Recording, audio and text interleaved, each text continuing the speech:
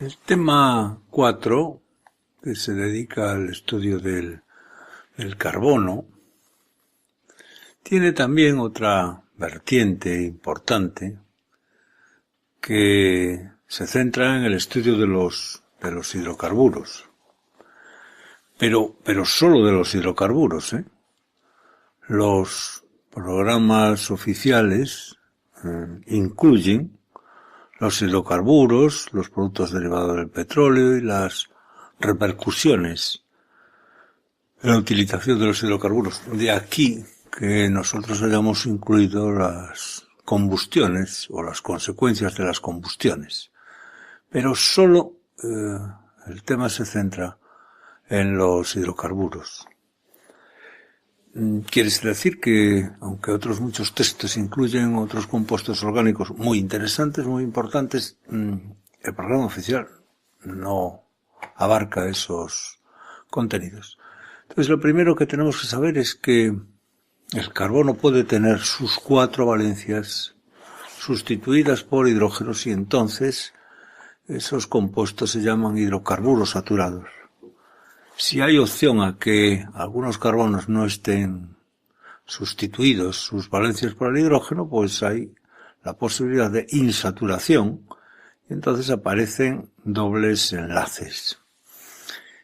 O incluso más insaturación y aparecen triples enlaces. De algo de los hidrocarburos no saturados, pues diremos, porque en el tema 4 hay indicación de que se abarquen también algunas cosas de los hidrocarburos no saturados. Bien, lo primero que tenemos que decir es que los hidrocarburos saturados no hace falta obtenerlos en el laboratorio porque están todos en el petróleo. La destilación fraccionada del petróleo produce cualquier hidrocarburo saturado. Entonces, bueno, los libros siempre nos sugieren algunas formas de preparación de hidrocarburos porque en el laboratorio pueden necesitarse con un grado de pureza que no lo permite la destilación fraccionada o uno concreto que no está en el mercado, por decirlo así, ¿va? Entonces debemos de saber que cualquier hidrocarburo saturado puede producirse en el laboratorio a partir de otra forma del hidrocarburo que contenga la cadena del hidrocarburo y alguna otra cosa. Por ejemplo, algún átomo de oxígeno, como señalamos aquí, o algún átomo de oxígeno en otro grado de oxidación superior. Quiere decir, en los alcoholes y en los ácidos. Si tenemos un hidrocarburo que tiene estos átomos de carbono y le hacemos desaparecer, reduciéndolo, que es como se dice, una reducción catalítica en presencia de platino o níquel o paladio, pues se produce el hidrocarburo. La descarboxilación de un ácido, es decir, la pérdida del grupo carboxilo, como se observa aquí, la descarboxilación. Esa descarboxilación se puede hacer de forma catalítica o por acción del calor. Aquí ponemos un ejemplo. El alumno debe de saber hacer una o dos reacciones de este tipo. La descarboxilación electrolítica consiste en que la sal de un ácido, o el ácido, sometido a la acción de una corriente eléctrica, una electrolisis, claro, pues produce la pérdida del grupo carboxilo por parte de ese.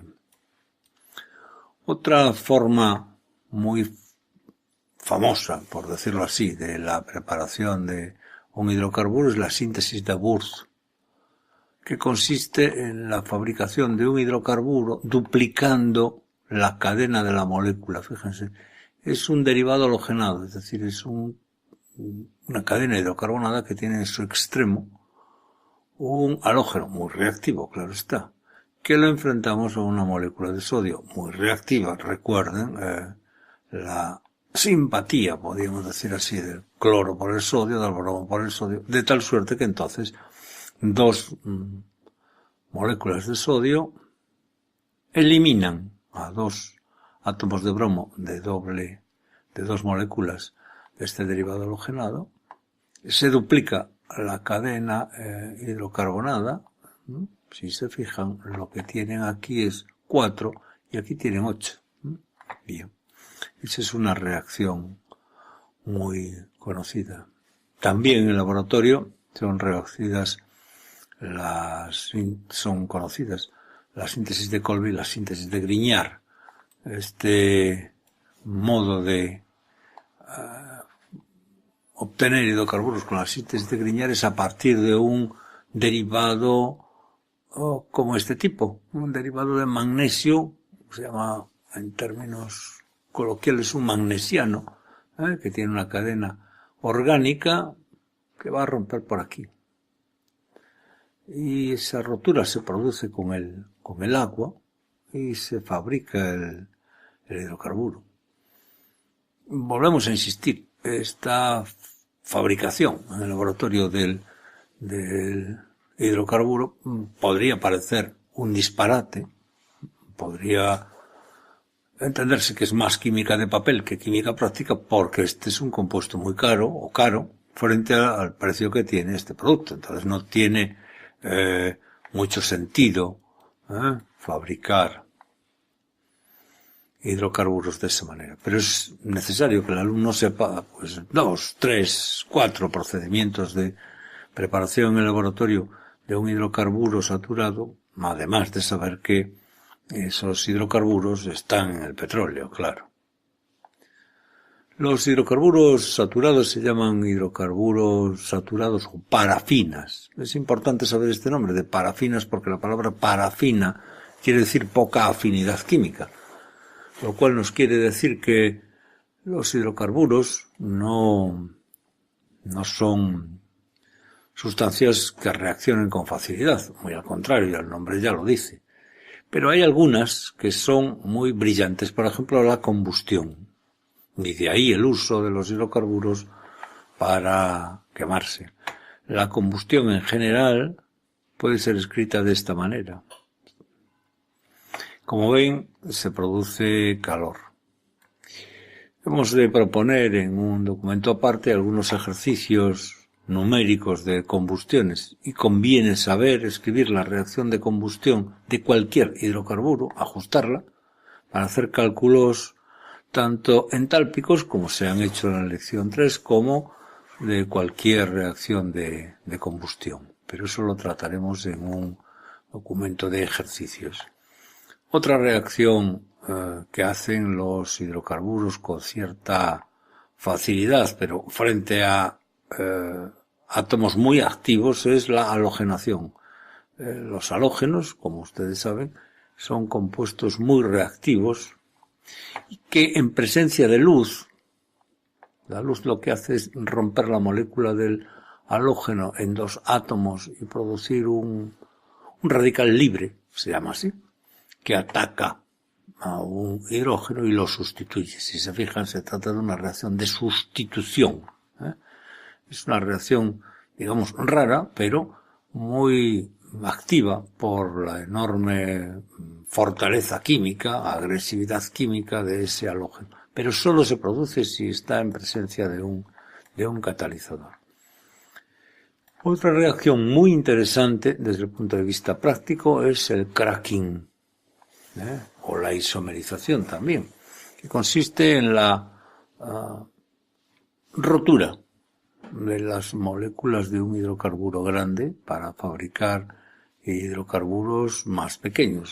Es como eso, craquear, romper la molécula para originar moléculas más pequeñas. Esto tiene interés desde el punto de vista industrial y así se fabrican muchos hidrocarburos pequeños. Respecto de las propiedades físicas de los hidrocarburos, hay que saber que en los primeros términos de la serie, de los hidrocarburos saturados, hay que saber que los primeros términos de la serie son gases. metano, etano, propano y butano son gases. Gases, ¿eh? El butano la gente lo identifica como un líquido, pero porque está almacenado en unas circunstancias en las que está líquido, pero el butano es un gas que se vende licuado. Los de 5 carbonos hasta los 16 son líquidos y desde los 17 carbonos en adelante son sólidos. Huelen. Esta es la curva de olor de los hidrocarburos. Si se fijan, los pequeños no huelen. No huelen tampoco. El butano no huele. Se le ha adicionado una sustancia para que huela un mercaptano, para que tenga ese olor pestilente y evitar peligros, pero no huelen, ¿eh? Si se fijan, los de poco número de átomos de carbono, entre el 5 y el 15 huelen mucho, esa es la curva de olor. Y de ahí en adelante, al ser las moléculas mucho más grandes, pues dejan de oler, porque claro, para oler tienen que impresionar a la pituitaria, y la pituitaria se impresiona, se activa con sustancias que están en estado gaseoso. Y esas son las propiedades físicas de los hidrocarburos saturados. Les ponemos ahora a continuación unas ideas básicas sobre los hidrocarburos no saturados. ¿Por qué? Pues miren, porque aunque en el programa oficial formalmente en las 4 preguntas, por decirlo así, que vienen, no se habla de los hidrocarburos no saturados, en los criterios de evaluación del tema sí se habla de que el alumno deberá de conocer cosas de los hidrocarburos no saturados, porque dice que debe de saber conocer de los hidrocarburos las reacciones de combustión y de la adición a doble enlace. Y claro, la adición a doble enlace implica que sepamos algunas cosas de los hidrocarburos no saturados con doble enlace, que hemos dibujado aquí para que se vea cómo están unidos los dos átomos de carbono. Recuerden que en el documento sonoro relativo a la tetravalencia del carbono ya sugeríamos la posibilidad de formarse dobles enlaces, pero no dibujamos los dos carbonos unidos por un doble enlace, que como ven no es lo mismo que cuando están unidos por un enlace sencillo, porque había un vértice uniendo a los dos tetraedros y ahora lo que es una arista uniendo a los dos tetraedros, lo que le permite un grado de movilidad distinto. Recuerden aquella rotación alrededor del eje. Cuando la unión era sencilla, ahora es una bisagra, y si la unión fuera de un hidrocarburo insaturado hasta tal extremo de que los dos carbonos están unidos por un triple enlace, la idea equivaldría a que los dos tetraedros de carbono están unidos por una cara.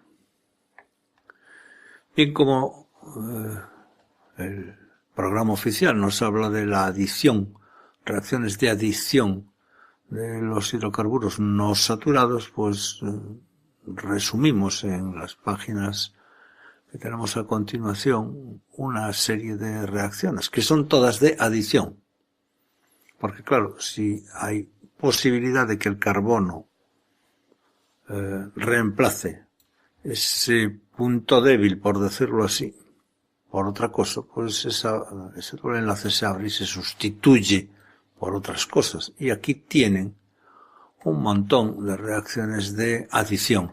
Adición de hidrógeno, adición de un halógeno, adición de un ácido, un ácido y adición de un ácido. Hay que saberse alguna de las reacciones de adición. Son muy sencillas todas ellas, pero nosotros explicamos con un cierto detalle a lo largo del documento las reacciones de adición. Conviene conocer algunas. Media docena, como mucho, vale, pues muy bien, media docena, pero hay que saberla. Reacciones típicas de los dobles enlaces y sobre todo esas reacciones de adición. Además, debemos de saber que los hidrocarburos que tienen un doble enlace sufren una reacción de isomerización, porque es muy interesante desde el punto de vista práctico, o de polimerización.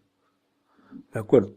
En ambas reacciones en presencia de un catalizador, la molécula se multiplica, por decirlo de alguna manera, se multiplica y origina una molécula mucho más grande.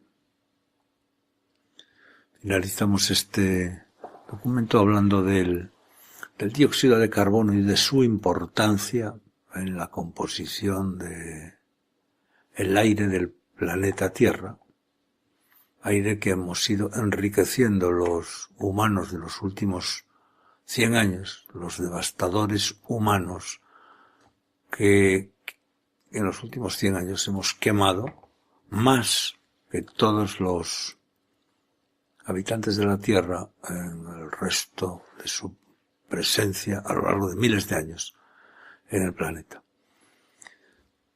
Es interesante, importante diríamos, que el alumno lea con detenimiento el problema de las combustiones y su intervención, su influencia en el efecto invernadero. Efecto que es positivo, porque gracias al efecto invernadero es posible la vida sobre el planeta, pero es negativo, tiene una vertiente muy perjudicial en la medida en la que en esos últimos 100 años los humanos, al quemar más que en los 5.000 años anteriores, hemos alterado con demasiada rapidez el contenido de dióxido de carbono en la atmósfera y hemos conseguido que desde el año 1900 hasta el año 2000 el crecimiento haya sido de esta guisa. Fíjense la curva de crecimiento desde el año 1800 hasta el año 2000. En los últimos 200 años el contenido de dióxido de carbono ha crecido tanto que la Tierra no ha sido capaz de digerir. Las plantas no han sido capaces de digerir, el océano no ha sido capaz de disolver el CO2 y el efecto invernadero se aceleró en los últimos 200 años. Por lo tanto, tenemos que controlar el crecimiento tan rápido del dióxido de carbono para que el efecto invernadero no destruya nuestro planeta. Nada más y muchas gracias.